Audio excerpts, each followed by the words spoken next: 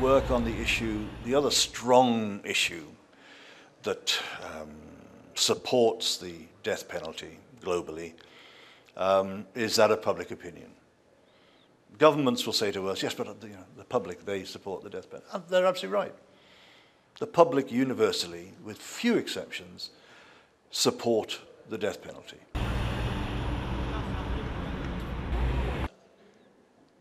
Is an entirely understandable but emotional response to a particularly awful set of circumstances. But truth be known, that the response is made in ignorance. They don't understand the question, do you support capital punishment? Because that is a very simple, naive question that really provides you with little or no choice. Yes, no.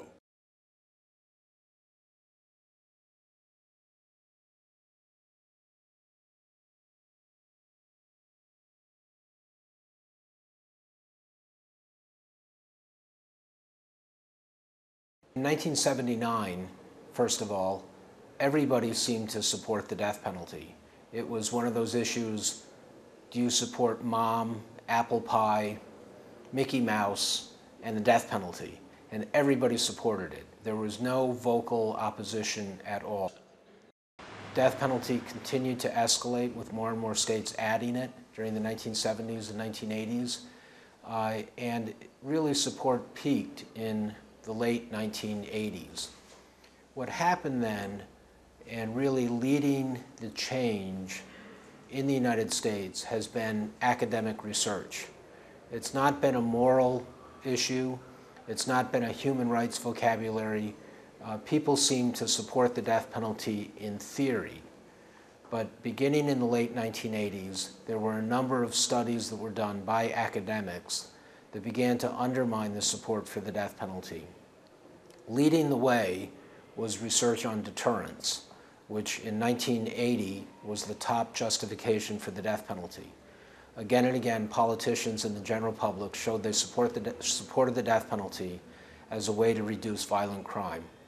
That has changed today so that very, very few people are talking about the deterrent effect of the death penalty, and it's changed because of successes led by academics who have done the research that has really shaped both public opinion and political opinion.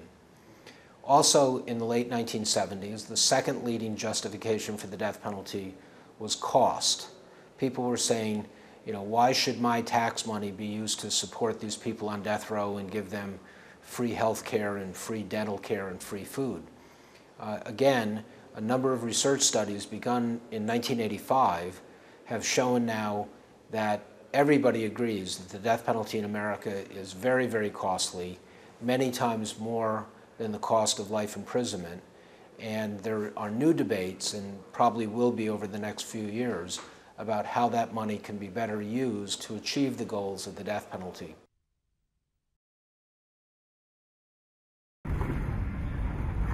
Yo creo que los medios de comunicación están favoreciendo la pena de muerte directamente, y si no la pena de muerte, la cadena perpetua o la castración o lo que sea, y vemos que no es un problema exclusivo de España, sino que es un problema general.